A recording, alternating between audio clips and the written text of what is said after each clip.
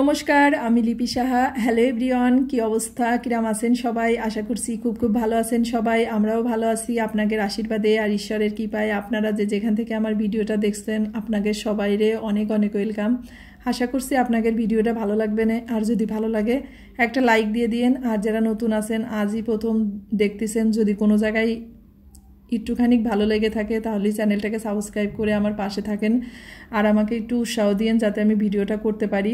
যে আশা নিয়ে আইছিলাম এই চ্যানেলটাতে, সেই আশাটা একটু পূরণ করতে পারি, আসলে নিজের পায়ে দাঁড়াতে পারি। অনেক বছর তো হয়ে গেল, কিছুই করতে পারলাম না, তা কী করব।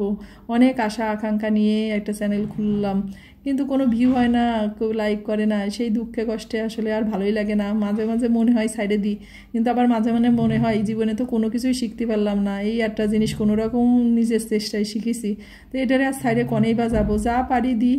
আর যদি যতদিন যখন না পারবো তখন আর দেবো না। তো এই শত কষ্টের মাঝেও চেষ্টা করি যে আপনাদের সাথে একটু আমার ভিডিওগুলো শেয়ার করা, আমার ডেলি লাইফের সব কিছুই আপনাদের সাথে একটু শেয়ার করলে আমার ভালো লাগে। তো এই যে অনেক দিন হয়ে গেল ঘর বাড়ি কোনো কিছুই পরিষ্কার করতে পারি না, বুঝেছেন। তাই আজকে মনে করলাম যে একটু পরিষ্কার করি আর আপনাদের সাথে দুই একটা টিপস শেয়ার করি, যদি আপনাদের একটু কাজে লাগে। তো প্রতিদিন আমি যে কাজটা করি ঘরটাকে ঝাড়ু দেওয়ার আগে, সেই কাজটা হচ্ছে আমার এই বেডরুমে যেহেতু একটা অ্যাটাচড বাথরুম আছে, তো প্রতিদিন ওই পাপোশটা ভিজেই যায়। বাথরুম থেকে বেরোইলে কিন্তু সবারই পাইপ জলে ভিজে থাকে আর পাপোশটা কিন্তু ভিজে যায়। তাই আপনাদের কব, সে বাথরুমের সামনের পাপোশই হোক বা বেডের সামনেই পাপোশটা হোক, আপনারা প্রতিদিন চেষ্টা করবেন, যদি বাসায় রোদ আসে প্রতিদিন একটুখানি রোদ্রি দেওয়ার। কারণ আপনারা যদি এক সপ্তাহ দেন তাহলে বুঝতে পারবেন এর উপকারিতা কী। আর এই পাপোশটারে আরাম করে রেখে দিলে কি হয়, এর মধ্যে হচ্ছে রোগ জীবাণু বাসা বাঁধে, যেটা আসলে খুবই বাচ্চা কাচ্চা থাকলে ঝামেলা, অসুখ বিসুখই পড়ে যায়, বুঝেছেন। তো সেই সমস্ত চিন্তা করে আমি প্রতিদিন পাপোশ আছে যে বাসায় সবগুলোরই রোদি দেওয়ার চেষ্টা করি। তাই সকালে ঘরটারে পরিষ্কার করতে আসি, আগে মনে করলাম যে এই পাপোশটারেই আগে রোদ্রে দিয়ে দিই, তারপরে হচ্ছে রুমটাকে ঝাড়বানে, নালে কী হবে না, ওই পাপোশটার মধ্যে সব ময়লা মাটি পড়ে যাবে না, পরে আবার ওই পাপোশটারে ধুতে হবে না। আর ওই পাপোশটা না মেলা বড়, আমার হাজব্যান্ড কী করছিল, যখন আমার ছেলে ছোটো ছিল তখন ওই পাপোশটা 2টা না 3টা জন্য কিনে আনছিল একসাথে, ওই খাটের চারিপাশে আর কি দিয়ে রাখতাম, যদি পরে উঠে যায় ব্যথা পাই, এই জন্যই। ব্যথা তো পাবেই যদি একটু কম পাই। তো যাই হোক, এই কাজটা আপনারা করেন, কিন্তু পাপোশটারে রোদ্রে দিয়েন। আর এই যে এত পরিমাণে মাকড়সা ঘরে বাসা বাঁধে, আপনাদের কাছে আর কী কব, সে দুঃখের কথা। সবারই মনে হয় একই অবস্থা হয়। আমরা সারা জীবন কেটে যাই, একটা ঘর বাড়ি বানাতে পারি না, আর এই মাকড়সারা সপ্তাহে 3 বার করে বাড়ি বানায় আর বাচ্চা কাচ্চা নিয়ে সংসার শুরু করে দেয়। আর এসব দায়ভার নিতে হয় আমাদের সবসময়, সবসময় পরিষ্কার পরিচ্ছন্নতার দায়ভার আমাদেরই নিতে হয়। আর একটু যদি পরিষ্কার না থাকে, ওই স্বামীরা বাসায় এসে হবে না, কী করো একটু ঘরবাড়ি পরিষ্কার করতে পারো না, সারাদিন কি মোবাইল নিয়েই থাকো। তো এ কথা শুনতেই হয়। আমার মনে হয় 99% মহিলাদের এ কথাগুলো শুনতে হয়, যারা আমার মতো ফ্যামিলিতে আসো। আর যাদের কাজের লোক আছে 2 সাইডে, তাদের তো কোনো দুঃখ কষ্ট নেই, তাকে সব কাজই করে দেয়। আসলে তারা হচ্ছে ভাগ্যবতী বা ভাগ্যবান, যেটাই বলতে পারেন। তো যাই হোক, ওই সমস্ত চিন্তা করে কোনো লাভ নেই, নিজের সংসারের কাজ নিজেরই করতে হবে না, ও মানসিকতা দেখে কোনো লাভ হবে না। তাই এই যে দুপুরে রান্না বাড়া সব কিছু করে নিছি, করে নিয়ে তারপরে ঘর পরিষ্কার করতে আসছি। কারণ ঘর পরিষ্কার করতে আসলে এত অপরিষ্কার হয়ে যেতে হয়, তখন আর ওই রান্নার কাছে যেতে ইচ্ছা করে না। এই জন্যই স্নান করার আগে মনে করলাম ঘরটারে পরিষ্কার করে নিই। আর এই কাজটা করতেছি খুব তাড়াতাড়ি, আপনাকে দেখে কিছু মনে হচ্ছে না, কিন্তু আমি বুঝতেছি যে আমার কি হচ্ছে। কারণ এরপরে স্নান করবো, খাওয়া দাওয়া করবো, তারপরে ছেলেরে আবার নিয়ে যাবো কোচিংয়ে পড়াতে, এই হচ্ছে দায়িত্ব, বুঝেছেন তো। তো ভীষণ ময়লা হয়েছিল ঘর। আমার ঘরটা সাধারণত এরকম ময়লা হয় না, কিন্তু এবার যে এত পরিমাণে ময়লা হয়ে গেল বুঝতে পারলাম না।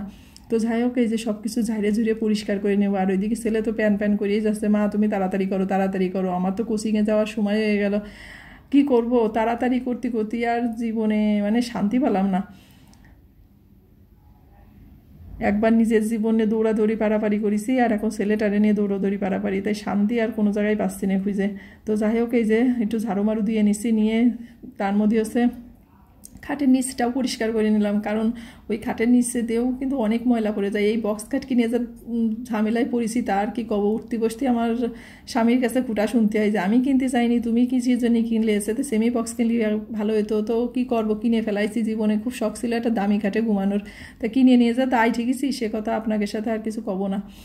তো যাই হোক, এই যে ঘরটারে পরিষ্কার করে নিলাম, নিয়ে তারপরে এই যে খাটটারে মুছবো। আসলে এই খাটটা মুছতে গেলেই যান পরাণ শেষ হয়ে যায়, যত ডিজাইন তত বেশি কষ্ট, বুঝতে পারছেন তো। তাই এটা আমি আগেই জানতাম, কিন্তু জানি শুনে ওই যে কিনেছি।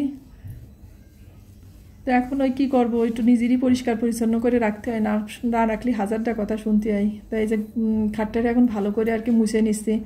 আর খাটটা মোছার পরে তারপরে বিছানা চাদরটারে মনে করলাম চেঞ্জ করবো। আর ঘরটা তার আগেই তো ঝাড়ু দিয়ে নিলাম, আপনাদের সাথে দেখাই দিলাম, কারণ ঘরে এত পরিমাণে ময়লা ছিল, ওইটারে যদি ওইভাবেই রাখতাম পুরো বিছানা খাতা ময়লা হয়ে যেত।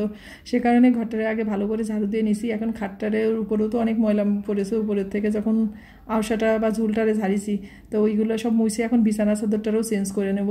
আর একখান কথা কই আপনাদের সাথে, এই ইউটিউবে এসে দেখলাম কত মানুষের কত প্রতিভা, শুধু আমাদেরই প্রতিভা দিইনি ভগবান, কোনো কিসের জন্যই আমাদের কোনো প্রতিভা দিইনি ভগবান, সেই একমাত্র জানে। মানুষের প্রতিভা দেখলেই কী যে ভালো লাগে, আর আমরা কী যে হইছি আর কিছুই পারি না করতে। তো যাই হোক, সেই সব কষ্ট মনের মধ্যেই চাপা রাখি, আর কি করব। তো এই যে এখন বিছানা চাদরটারে চেঞ্জ করে নেব। আর এই বিছানা চাদরটা চেঞ্জ করে নিয়ে ঘরটারে মুছে নিলেই কাজটা কমপ্লিট হয়। তারপরে স্নান করে কয়টা খাবো, খাইয়ে আজকে আর রেস্ট নিতে পারবো না, বুঝেছেন তো? ওই খাইয়েই আবার দুধ দিতে হবে না। তো ওই দুপুরবেলায় খাওয়াটাও যদি ঠিকঠাক না হয় তাহলে কেমনটা লাগে কন, এরকমই আমার দৈনিক দিনটা যায়। তো এদিকে হচ্ছে আমি কাজও করতেছি, ওইদিকে ছেলে তো খিদে লেগে গেছে, ও কাছে মা আমি খাবো আমি খাবো। আমি কাছে আরে যা তুই যা, রান্ধতে থুয়াইছি যা খাবি নিয়ে ইচ্ছা মতো খাইগে, কারণ এখন আমি এই ময়লা গায়াত পাই তোরে খাতি দিতে যাবো না, তুই যেমন খুশি সেমন নিয়ে একটু খাইগে। তাই ওইদিকে ছেলে আজকে নিজে খাওয়ার জন্য নিজে আর কি বাইরে টাইরে আর কি নিচে যেমন খুশি সেমন নিক, পরে আমি দেখে নি মানে। তো যাই হোক, এদিকে হচ্ছে বিছানা চাদরটারও চেঞ্জ করে নিলাম, আর একটু পরিষ্কার পরিচ্ছন্ন বিছানা পাতলে আসলে ভালোই লাগে ঘরের মধ্যে। আর ছেলেরে যে কয়বার করে কইছি তুই আর এই ঘরের মধ্যে আসিস না, ধুলো ময়লা উঠতেছে, তা তুই হচ্ছে পরে আসিস কেন, আমি একবারে মুছে টুছে পরিষ্কার করে নিই। কিটা শুনে কার কথা, সে আসবেই, সে ঘন ঘন আসবে, মানে না করলে আরও বেশি বেশি আসে। আর এই যে দেখতেছেন এই যে ডগি পান্ডা অনেক কিছুই ছিল, তো এই ডগিটাই এখন আছে। কয়দিন আগে আর কি স্বপ্নিল এক দাদা ভাইয়ের কাছ থেকে এটা গিফট পাইছিল। আর এর আগে যে পান্ডা আরও একটা ডগি বিড়াল এগুলো ছিল, তো সব কিছুই আর কি ফেলে দিয়েছি, কারণ ও ছোটোবেলায় কী করতো, ওই নিয়ে সবসময় শুধু মুখে দিত। তো ওর পাপা আর কি ওগুলো বাসা চেঞ্জ করার সময় আর কি ফেলে দিয়েছে। আর এটা আছে এখনও বুঝে গেছে, তো এখন আরও এটা মুখে টুকি কোনো জায়গায় দেই না। তো এইদিকে সব কিছু মুছে টুছে নিলাম, কারণ উপর থেকে ভালোই ময়লা পড়েছে।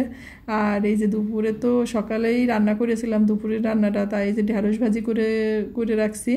তো ঢেঁড়স ভাজিটা শুকনো মরিচ দিয়েই ভাজি করেছি। আর এই যে এইদিকে সে শিং মাছ রান্না করেছি। আর এই শিং মাছ আমি খাতে পারি না, আমার এখন ভালো লাগে না শিং মাছ খাতি, তাই আমার জন্য একটু ইলিশ মাছ রান্না করেছি। ইলিশ মাছের আর কি সর্ষে পাতুরি করেছি, এটা দিয়ে এখন খাইয়ে দিয়ে নিয়ে ছেলেরে নিয়ে বাইরে চলে যাব। তো যাই হোক, আপনাদের কাছে আর একবার রিকোয়েস্ট করব, যদি ভালো লেগে থাকে তাহলে লাইক দিয়ে যায়েন, আর যারা নতুন আছেন অবশ্যই চ্যানেলটাকে সাবস্ক্রাইব করে দিয়ে আমার পাশে থাকেন। আর সবাইকে বলবো ভালো থাকেন, সুস্থ থাকেন, আর অবশ্যই সাবধানে থাকবেন, কারণ আমাদের প্রত্যেকের সাবধানে থাকাটা অনেক জরুরি, সেটা নিজের জন্য না হলেও নিজের পরিবারের জন্য। দেখা হচ্ছে পরবর্তী ভিডিওতে।